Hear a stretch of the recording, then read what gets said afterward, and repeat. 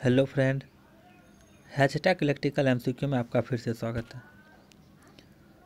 आज के इस वीडियो में मैं फिर से एक नया प्रैक्टिस सेट लाया हूँ।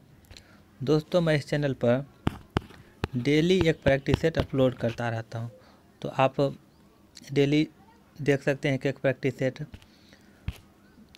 तो इस प्रैक्टिस सेट में 20 मोस्ट इम्पोर्टेंट इलेक्ट्रिकल एमसीक्यू होंगे जो कि आने वाले सभी जे एग्ज़ाम के लिए महत्वपूर्ण होंगे।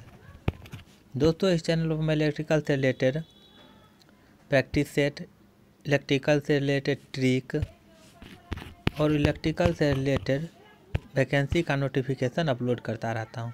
तो आप अगर अभी तक इस चैनल पर नए हो तो चैनल को सब्सक्राइब कर लेना और बेल आइकन को प्रेस कर देना ताकि आने वाले नए वीडियो का नोटिफिकेशन आप तक सबसे पहले पहुंच जाए। दोस्तों, आप सभी जानते होंगे एसएससी जो 2020 में एग्ज़ाम होगा उसका एग्ज़ाम डेट अनाउंस हो गया है, यानी कि एग्ज़ाम का शेड्यूल जो है अनाउंस हो गया है। तो अब आपके पास जो भी समय है अभी से आप तैयारी शुरू कर दीजिए, क्योंकि अब अभी आप तैयारी शुरू नहीं कर पाइएगा तो आपके पास आगे भी टाइम कभी नहीं मिलेगा। तो आप डेली अब प्रैक्टिस सेट लगाना शुरू कर दीजिए। डेली एक एक प्रैक्टिस सेट लगाइए और आप अपना स्कोर देखिए कि आपका स्कोर कितना आ रहा है। उसके हिसाब से जिस टॉपिक में आप कमज़ोर हैं उस टॉपिक को फिर से रिवीजन कीजिए और फिर से प्रैक्टिस सेट लगाइए। तो आप चैनल को सब्सक्राइब कर लेना। और सबसे ज़रूरी बात दोस्तों कि आप अगर अभी तक इस चैनल पर नए तो चैनल को सब्सक्राइब कर लीजिए। और दूसरी बात कि दोस्तों, आप वीडियो को लाइक कीजिए या चैनल को सब्सक्राइब कीजिए या नहीं कीजिए, उससे कोई मतलब नहीं है, लेकिन आप इस वीडियो को अंत तक ज़रूर देखिएगा और लास्ट में आप अपना स्कोर कमेंट बॉक्स में लिख दीजिएगा। तो आपको पता चलेगा कि आप कितना स्कोर कर पा रहे हैं, सभी चीज़ के बारे में आपको पता चलेगा। तो आप वीडियो को लास्ट तक देखिएगा। तो चलिए वीडियो को स्टार्ट करते हैं। पहला क्वेश्चन है, according to Fleming's left hand rule, if the forefinger point in the direction of field then middle finger will point in the direction of.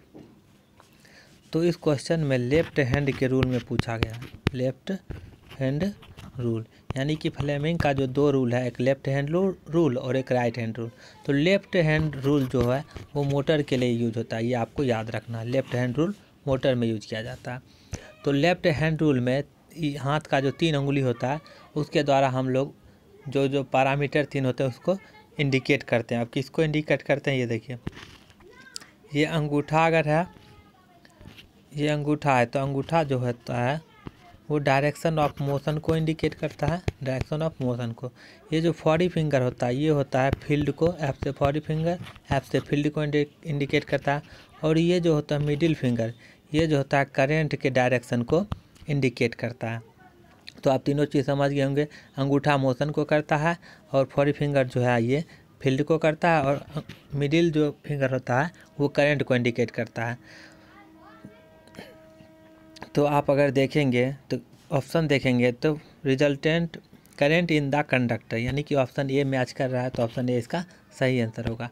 अगर हम लोग राइट हैंड की बात करें तो राइट हैंड जो होता है, राइट हैंड रूल, वो जो होता है जनरेटर के लिए यूज किया जाता है। तो आप इसको याद रखना है, लेफ्ट हैंड मोटर के लिए, राइट हैंड जनरेटर के लिए। तो इसमें पूछा गया था मिडिल फिंगर, तो मिडिल फिंगर करंट को इंडिकेट करता है, तो ऑप्शन ए इसका सही आंसर होगा। नेक्स्ट क्वेश्चन है, which DC motor is preferred for elevator. तो एलिवेटर में क्या होता है, तो एलिवेटर स्टार्टिंग जो टॉर्क होता है एलिवेटर के लिए, स्टार्टिंग टॉर्क जो होता है एलिवेटर के लिए वो हाई होना चाहिए। और इसका लोड जो होता है एलिवेटर का वो होता है पल्सेटिंग। इसका स्टार्टिंग टॉर्क हाई होता है और लोड इसमें पल्सेटिंग होता है। तो इसी प्रकार के कैरेक्टरिस्टिक वाले मोटर का हम लोग यूज करेंगे एलिवेटर में। तो कम्युलेटिव मोटर की बात करें तो कम्युलेटिव मोटर का जो स्टार्टिंग टॉर्क होता है, स्टार्टिंग टॉर्क वो हाई होता है तथा ये कम्युलेटिव लोड के लिए भी, कम्युलेटिव यानी कि पल्सेटिंग लोड के लिए भी यूज किया जाता है। तो ये दोनों का कैरेक्टरिस्टिक मैच कर रहा है, तो इसका जो सही आंसर होगा, यानी कि एलिवेटर के लिए जो मोटर यूज किया जाएगा वो होगा कम्युलेटिव कंपाउंड, यानी ऑप्शन डी इसका सही आंसर होगा। मोटर से रिलेटेड उसका एप्लीकेशन पूछा जाता है तो आप जितने भी मोटर है उसके एप्लीकेशन को याद कर लीजिएगा। तो इसका जो सही आंसर होगा ऑप्शन डी होगा, यानी एलिवेटर के लिए कम्युलेटिव मोटर। नेक्स्ट क्वेश्चन है which DC motor is preferred for constant speed. तो आप सभी लोग जानते ही होंगे, ये तो बहुत ही सिंपल क्वेश्चन है। शंट मोटर को हम लोग कांस्टेंट मोटर भी कहते हैं, कांस्टेंट मोटर, क्योंकि लोड के चेंज होने से यानी कि लोड के चेंज होने पर, बढ़ने या घटने पर इसका जो स्पीड जो होता है ऑलमोस्ट सेम होता है, ऑलमोस्ट कांस्टेंट होता है। तो इसको हम लोग कांस्टेंट स्पीड मोटर भी कहते हैं।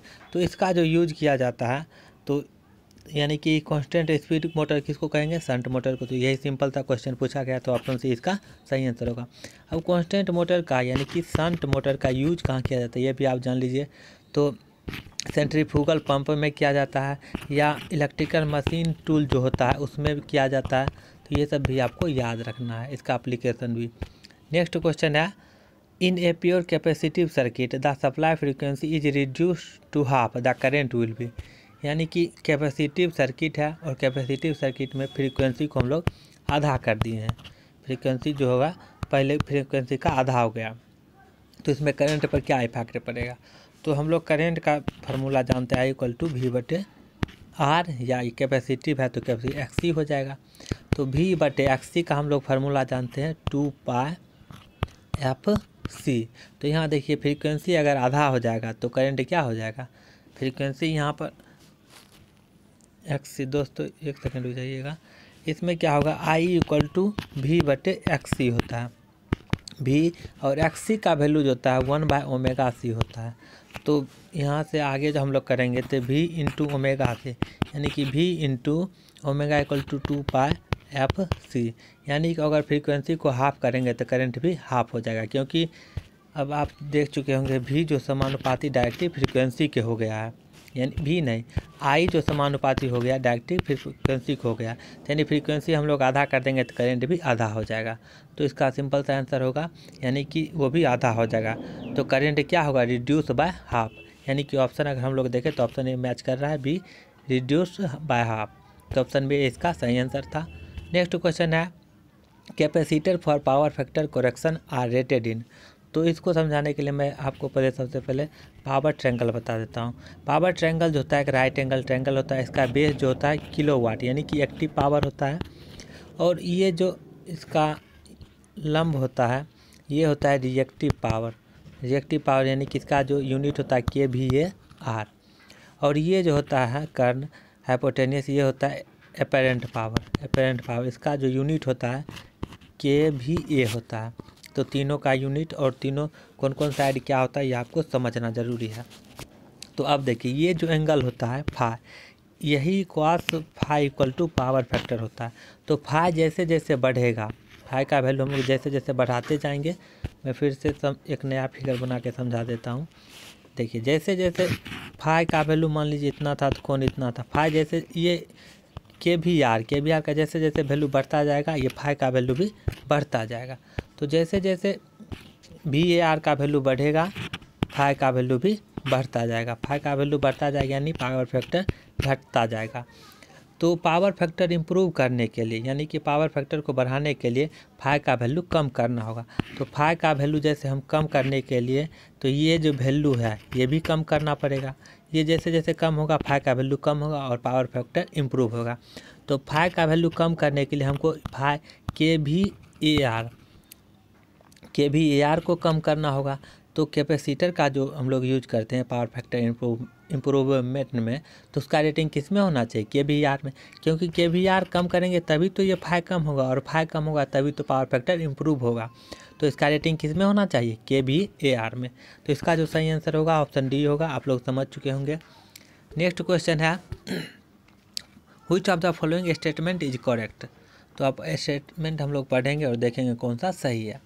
तो पहला है arc in a circuit breaker is interrupted at maximum current. Option B है arc in AC circuit breaker is interrupted at 0 current. तो एसी का हम लोग एक फ़ायदा होता है, एसी क्या होता है कि एक इंस्टेंट ऐसा आता है जिस पर उसका वैल्यू 0 हो जाता है, देख सकते हैं आप लोग ग्राफ में। तो इसी का एडवांटेज उठाया जाता है सर्किट ब्रेकर में। सर्किट ब्रेकर में जब AC का वैल्यू 0 होता है तो उसी समय पर हम लोग आर्क को इंटरप्ट करते हैं। तो जिस समय इसका वैल्यू 0 होता है उसी समय हम लोग आर्क करंट यानी कि आर्क को इंटरप्ट करते हैं। तो आप अगर ऑप्शन देखें तो arc is in a circuit breaker is interrupted at 0 current, यानी कि ऑप्शन बी मैच कर रहा है। तो ऑप्शन बी इसका सही आंसर होगा। नेक्स्ट क्वेश्चन है a forward bias PN junction diode has dash resistance of order. तो PN जंक्शन है, यानी कि एक PN जंक्शन है P और N, इसके बीच ये जो जंक्शन है PN जंक्शन डायोड है, इसमें 2 टर्मिनल होते हैं, एक एनोड होता है एक कैथोड होता है। तो इसको जब फॉरवर्ड बायस मतलब ए को पॉजिटिव से कनेक्ट करेंगे, ए को पॉजिटिव टर्मिनल से कनेक्ट करेंगे और इसको निगेटिव टर्मिनल से एन को निगेटिव से करेंगे, तो ये जो होता है फॉरवर्ड बायस में होता है। तो उस समय ये फॉरवर्ड बायस में होता है, यानी एनोड को पॉजिटिव टर्मिनल से कैथोड को निगेटिव टर्मिनल से।